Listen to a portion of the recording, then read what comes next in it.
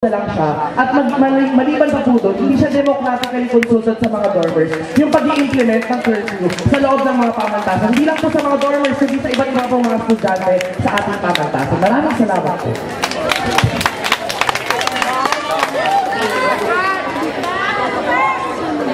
So, ang susunod na magtatanong ay nasa banda kanan po natin. Alternate po ang higit takbo ng kanan. Magandang gabi po. Ako po si Denise mula sa Bayang Yes. Ang tanong ko po ay para sa standard bearers ng Buklod. Hello po. Yan. So, ang tanong ko po ay, dahil nga po 60% ng buong pwersa ng AFP ay nakadeploy sa Mindanao, ano po ang masasabi nyo sa kaliwas ka ng human rights violation issue doon, na nagaganap doon?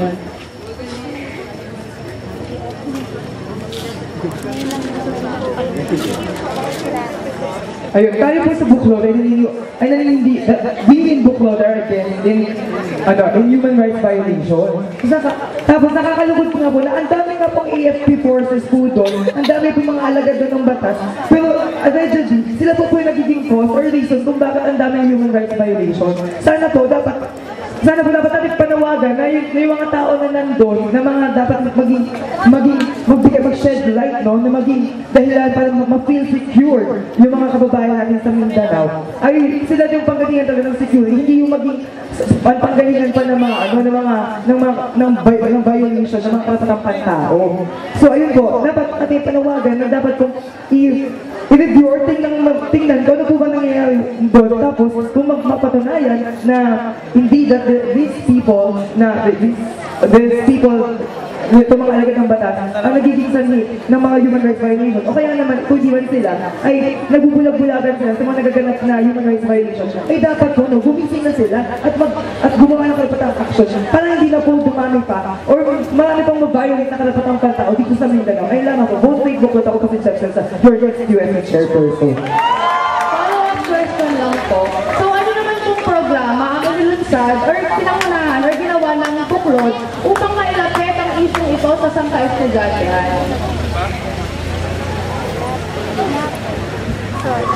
Ayan, maraming salamat po sa inyong katanungan. Muli ako po si Minxie Tango, your Buklod USC Vice Chairperson.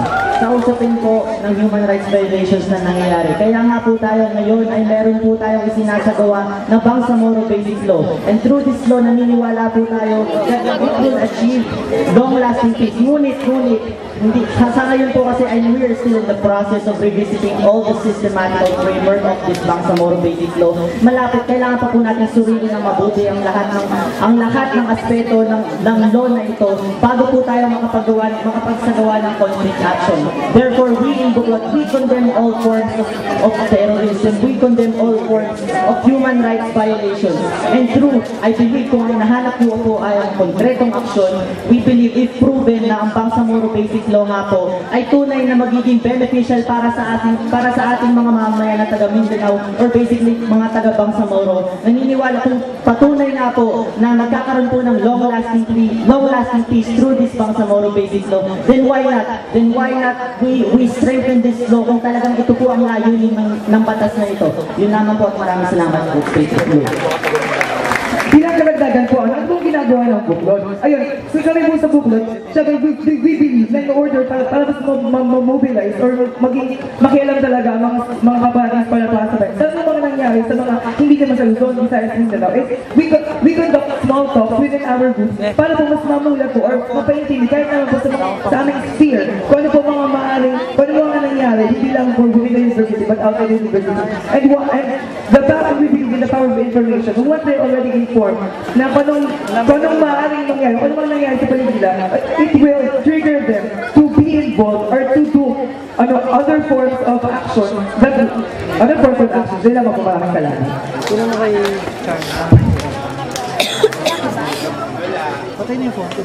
Okay, my name is Ian, and again I would like to ask about Bangsamoro Basic Law, but from a different angle. I'd like to address this question to both standard-bearing parties. So we all know that BBL could potentially be the key to long-lasting peace that has been deprived from our Muslim brothers and sisters for so long.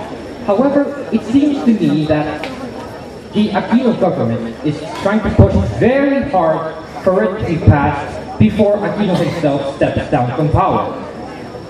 What can you say about that? Is the Aquino government really desiring peace, or is it trying to paint itself as leave a legacy? Is it trying to gain favor from the Muslims? What can you say about that?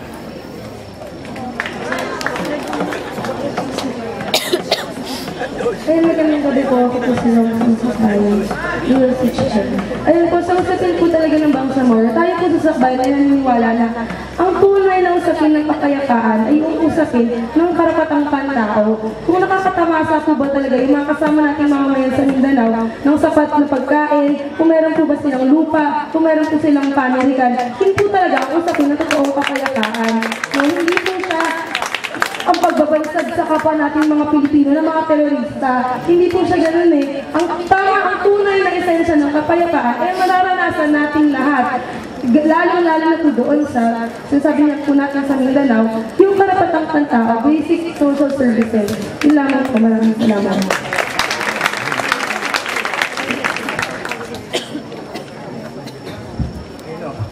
May pagdating po sa usapin ng Bangsamoro, tayo po sa being Buklod, respect the historical importance or significance of our brothers and sisters in Bangsamoro. We also respect their desire to be free or their desire to be autonomous. But syempre, however, hindi ibig sabihin na inapak sa atin ng Bangsamoro Basic Law na pinakita na ang ito po ay solusyon po sa kaguluhan sa Mindanao. Bilang mga critical ng mga scholar para sa bayan, dapat po natin suhiin ng maigi yung Bangsamoro Basic Law at sa ikaw agreement. Tapos dapat i-criticize po natin yung mga loopholes na meron po ito.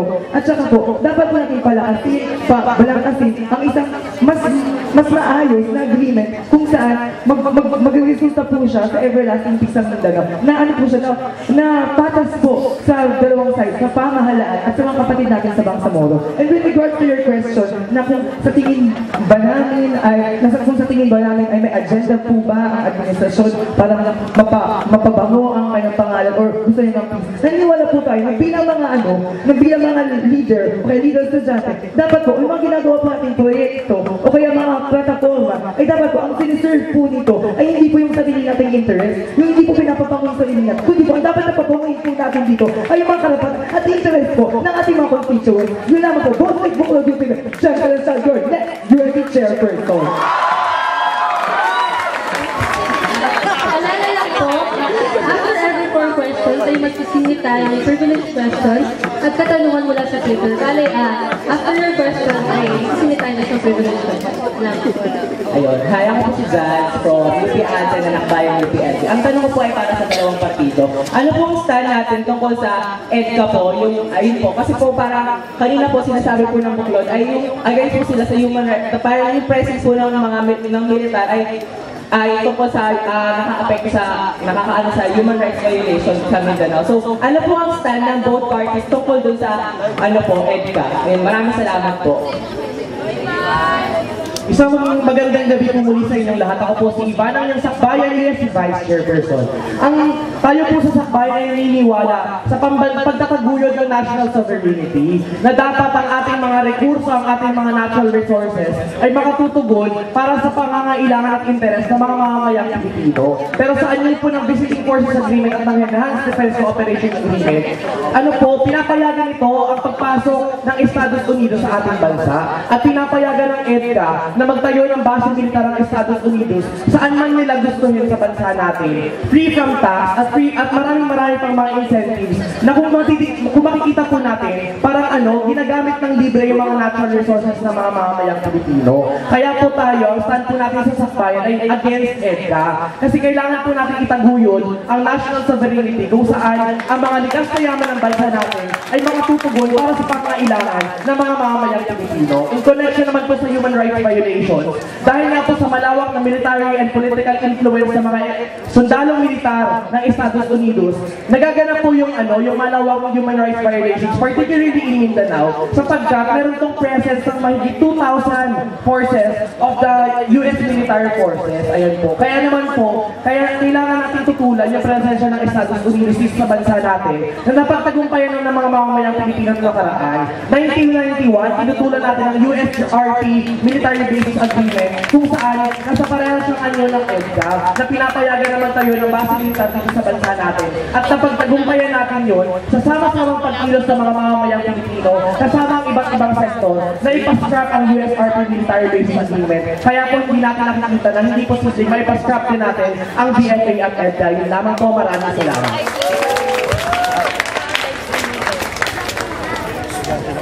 Yeah.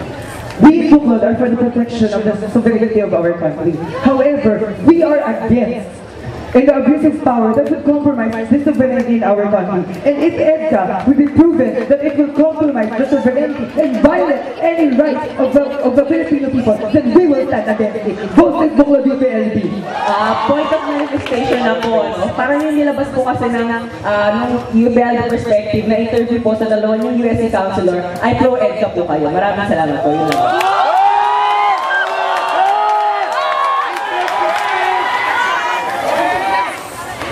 Ayan, hindi ako kasi nagsita ko yung Buklod USC Chairperson. Nabanggit niya po at nabanggit niya po isa sa interview with the perspective during the panel interview with perspective.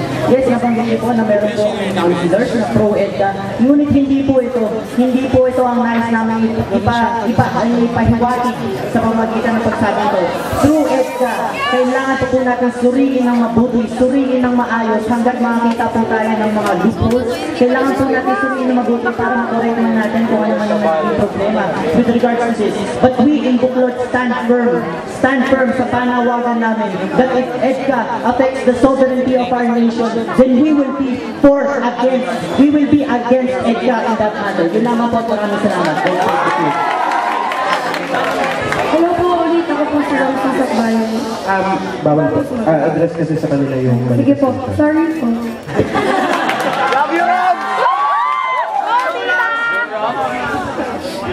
So, magandang gabi po. Ito po ay isang tanong mula sa Twitter at Jester in Exile. Ayan, yung kanyang tweet. Jester in Exile. So, ang kanyang tanong ay, anong maibabalik ng mga student leader sa paghingi nila ng dagdag subsidy galing sa aming taxpayer? Muli, anong maibabalik ng mga student leader sa paghingi nila ng dagdag subsidy galing sa aming taxpayer?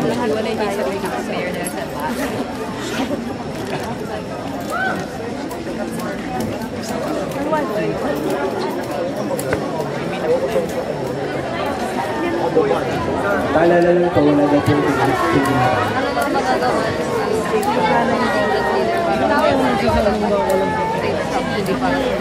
So ayun no, ang katanungan po, ano po ang maibabalik ng mga eskola pa sa bayan sa mga pahihingatan sa sila? Una po sa sila mga estudyante po ng not just any university but a university named after the nation.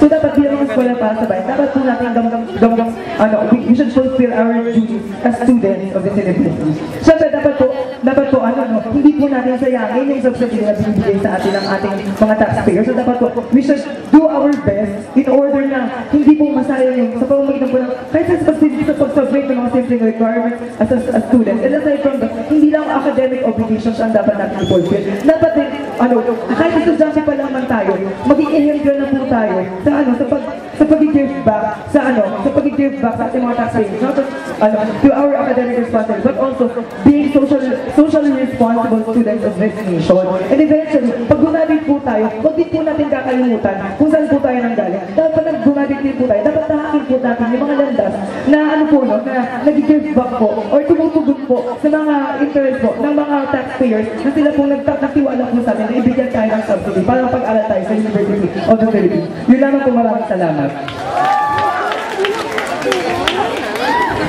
So Sa magandang gabi po, muli ako si Ivan ng Sakbayan Elias, si Vice Chairperson. Tayo po sa Sakbayan ay naniniwala sa isang nationalist, mass-oriented and scientific education kung saan ang sistema ng edukasyon natin, maging ang mga estudyanteng iniluluwal na nito, ay tutugon sa pambansang industrialisasyon at pag-unlad ng bansa natin.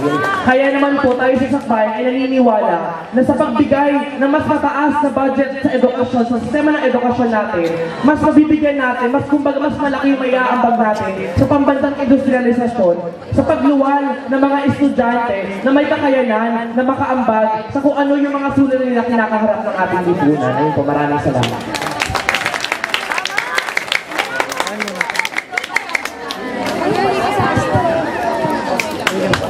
And magandang gabi po sa lahat. Ako po si Gio from Sakbayan CDC, yung Sakbayan CDC Counselor. Anyway, may question niya. Madali na naman yung tanong ko. Sana lumapit na po si John Celestar para sa kanya po.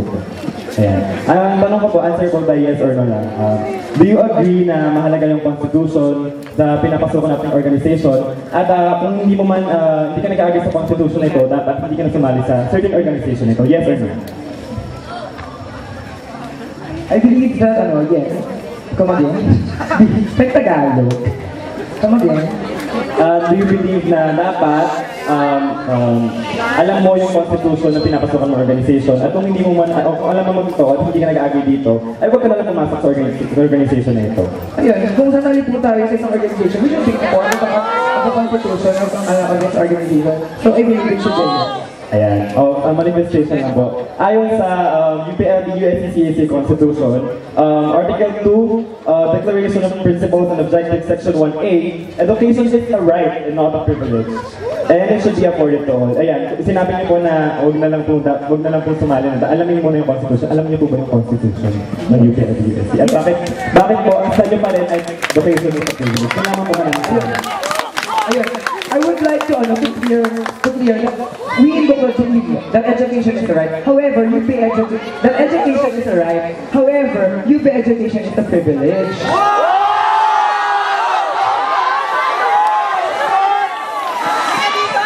Kasi po, ayun, we should explain education is a right. If one thing is a right, it should be afforded and accessible to everyone. However po, since due to the skyrocketing tuition fees here in the University of the Philippines, UP education becomes a privilege, and it was already explained earlier by my Vice Chairperson, Lady Taco. So ayun, so to reiterate why it unfortunately becomes a privilege. Nais lang po natin klaro. Yes, education is a right, pero sa current situation na meron po tayo ngayon sa universidad, masasabi po natin na UP education is a privilege. Bakit po? Dahil nga po sa hindi natin kagustuhan na maputulan or hindi mabigyan ng sapat na subsidiya ng gobyerno, tayo po bilang mga scholar ng bayan na papasok pa lamang po sa universidad, tayo po ay nalilimitahan. Nalilimitahan po tayo kung paano tayo makakapag-aral sa loob ng UP, sa University